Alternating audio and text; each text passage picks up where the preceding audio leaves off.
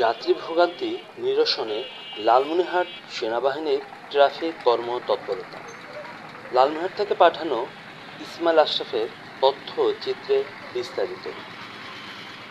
পবিত্র ঈদ উল ফিতরে মানুষের জীবনযাত্রা সুশৃঙ্খল রাখতে, দুর্ঘটনা এড়াতে এবং যানজট নিরসনে লালমনিরহাট সেনাবাহিনী ক্যাম্পের উদ্যোগে শহর জুড়ে চলছে সপ্তাহব্যাপী ট্রাফিক নিয়ন্ত্রণ কার্যক্রম।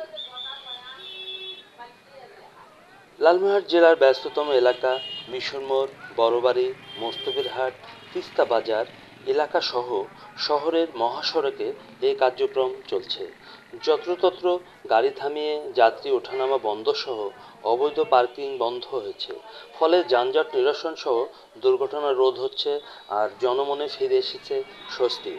এ বিষয়ে লালমনিরহাট সেনাবাহিনী ক্যাম্পের কমান্ডার বলেন, এবারের ঈদে শহরের যানজট কমাতে, অহেতুক দুর্ঘটনা এড়াতে আমাদের এই কার্যক্রম চলমান এবং আমরা আগামীকাল পর্যন্ত এই কার্যক্রম চলমান রাখব। তিনি আরও বলেন,